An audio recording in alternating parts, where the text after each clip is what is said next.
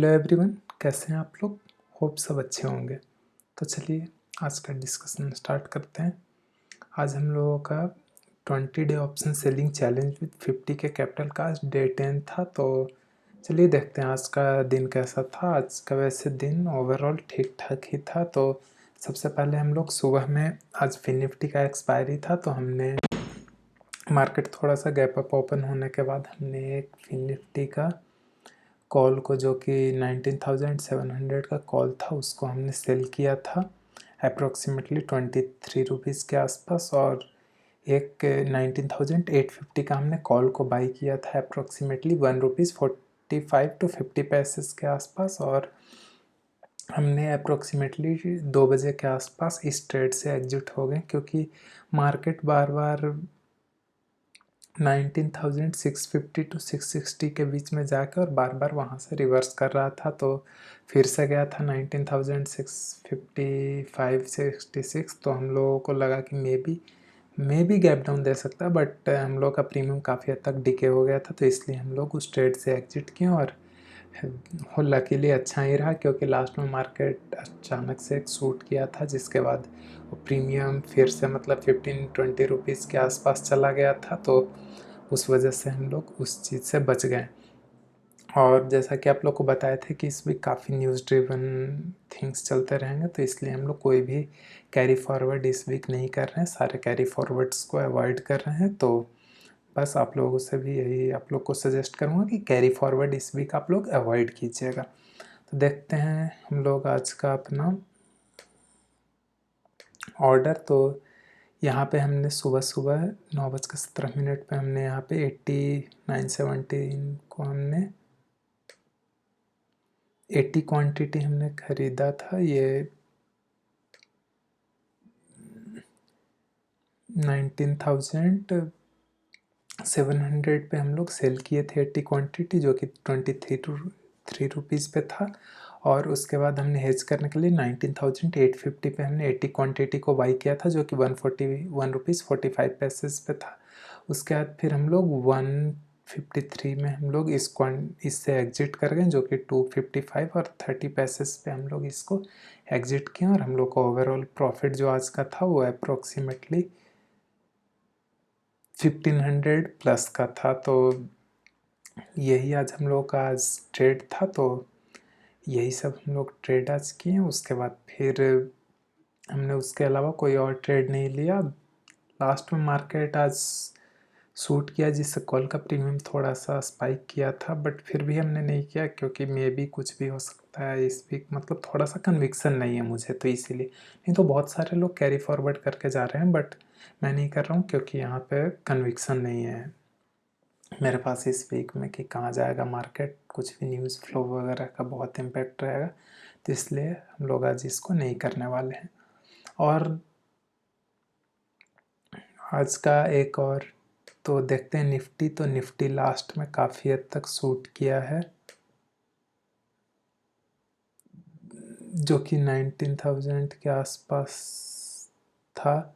19,800 के समथिंग आज सुबह से चल रहा था, बट अचानक से मार्केट सूट करके 900 प्लस पे जाके और क्लोज़ किया था। बट जो ओवरऑल क्लोजिंग था, मतलब एवरेज क्लोजिंग, वो थोड़ा सा नीचे आया है, जो कि 19,890 के आसपास है। तो मेरे अकॉर्डिंग मार्केट यहाँ से एक बार के लिए 20,000 को ज़रूर टच करने के लिए जाएगा। अगर मार्केट कोई गैप डाउन ओपन नहीं होता है, तो मार्केट थोड़ा सा पॉजिटिव रह के 20,000 के साइड में जा सकता है। और अगर गैप डाउन थोड़ा बहुत होता है, तो फिर थोड़ा सा मुश्किल हो जाएगा इसके लिए। बट अगर नहीं होता है, तो यहाँ से फिर से 20,000 के आसपास जाने का कोशिश करेगा मार्केट। और आप लोग उसको ध्यान रख के प्ले कर सकते हैं। अगर मार्केट 19,930 के आसपास से अगर ऊपर जा रहा है, उससे ऊपर, तो फिर एक बार 20,000 के लिए जा सकता है मार्केट। तो उस हिसाब से आप लोग देख सकते हैं। तो लेकिन अगर कोई 20,000 के आसपास आके अगर रुक रहा है मार्केट, तो वहाँ से फिर एक रिवर्सल भी दिखा सकता है। तो आप लोग वो ट्रेड भी देख सकते हैं। ये दो ट्रेड मुझे लगता है कि बन सकता है। और वही अगर गैप डाउन होगा, तो फिर 20,000 वाला छोड़ दीजिएगा। छोटा मोटा गैप डाउन रहेगा, तो मार्केट को आप कॉल ही सेल करने का कोशिश कीजिएगा मार्केट में, अदरवाइज़ फिर आप फंस भी सकते हैं। तो यही है। और बैंक निफ्टी का अगर देखें तो बैंक निफ्टी अभी मार्केट में ये भी 880 के आसपास क्लोज दिया है, बट इसका जो एवरेज क्लोजिंग था वो 940, मतलब एवरेज क्लोजिंग 880 हुआ है, 43,880, बट ये जो मार्केट क्लोज हुआ था वो 43,945 के आसपास क्लोज हुआ था, बट एवरेज क्लोजिंग मतलब 65-70 पॉइंट नीचे आया है। तो इस वजह से आप लोग ये भी ध्यान दे सकते हैं कि प्रीमियम ओवरनाइट में डीके होगा। अगर मार्केट फ्लैट ओपन हुआ तो ये प्रीमियम काफ़ी हद तक डीके हो जाएगा। तो ये सब आप लोग ध्यान दे सकते हैं। उसके अलावा फिर निफ्टी का भी डिस्कशन करते, इसमें भी है कि अगर मार्केट थोड़ा सा मतलब 19,900 43,900 के ऊपर अगर रहा मार्केट तो फिर 44 टच करने से ज़रूर जाएगा, मे बी वहाँ से भी कुछ रिवर्सल आ सकता है। 44,000 टू 44,100 के आसपास से रिवर्सल भी एक्सपेक्टेड है। तो आप लोग वो भी आप ध्यान दे सकते हैं कि क्या करना है आप लोगों को। तो वही सब है। और फिर अगर फिन निफ्टी का डिस्कशन करें तो फिन निफ्टी में मार्केट इसमें भी लास्ट में पूरा दिन मतलब 60 के आसपास बार बार जा रहा था यहाँ पे, और 60 से फिर से मतलब 50 टू 60 से जाकर और फिर ऊपर जा रहा था, मतलब इस टाइप से आज मार्केट किया है। बट लास्ट में इन्होंने इस लेवल को ब्रेक किया और अचानक से 700 प्लस तक का मूव दिया है। ये लास्ट में ₹1.50 का प्रीमियम लगभग 16 रुपीज़ चला गया था। तो ये लोग ऑप्शन बायर जो होते हैं वो लोग आज पूरा दिखाएंगे 10 टाइम 15 टाइम कैपिटल हो चुका है, बट वो जब क्लोज हुआ तो ₹2.80-90 पे ही क्लोज हुआ है। तो ये था आज का डिस्कशन। और तो कुछ मुझे दिख नहीं रहा है। ये भी मार्केट में वही है 700, अगर ये थोड़ा सा गैप अप अगर ओपन होता है तो इसमें भी आप सेल कर सकते हैं। अगर फ्लैट रह सकता है तो ये भी मार्केट मतलब निफ्टी ऊपर जाना है, ये भी एक ग्राउंड लेवल के पास है 44,000, तो ये भी, तो उसके साथ साथ फिर निफ्टी भी मे भी थोड़ा बहुत ऊपर जा सकता है। तो आप लोग वो सारा कुछ को आप लोग ध्यान दे सकते हैं कि क्या क्या डिस्कशन रहने वाला है।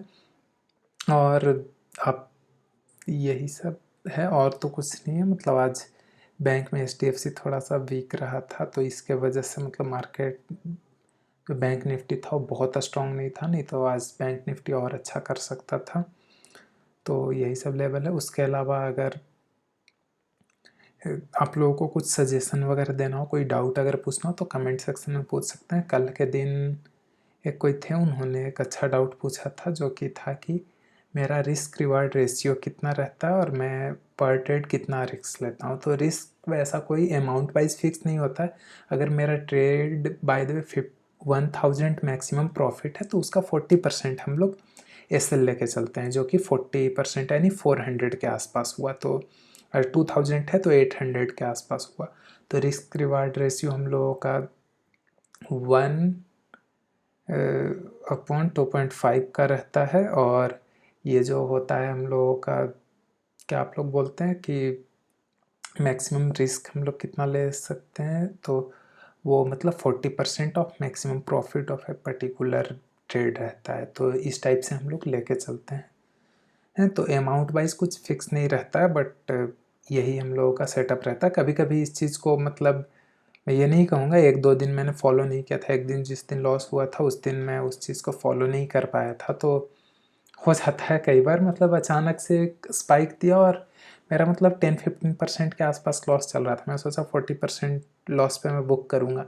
अचानक से मार्केट स्पाइक दिया और मेरा जो वो था प्रीमियम अचानक से डबल हो गया विद इन 1 to 2 मिनट।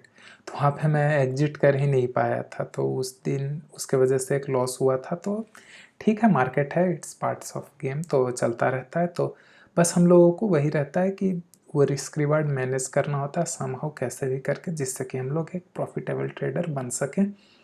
और मैं अपने जो भी मेरे व्यूअर हैं, मैं चाहूँगा कि वो लोग 89% में नहीं आए, 11% में आ जाए। मार्केट में इन जनरल 89% लॉस करते हैं, तो मैं चाहूँगा कि वो लोग टॉप जो 11% हैं उसमें आ जाएं, तो मुझे बहुत खुशी मिलेगा।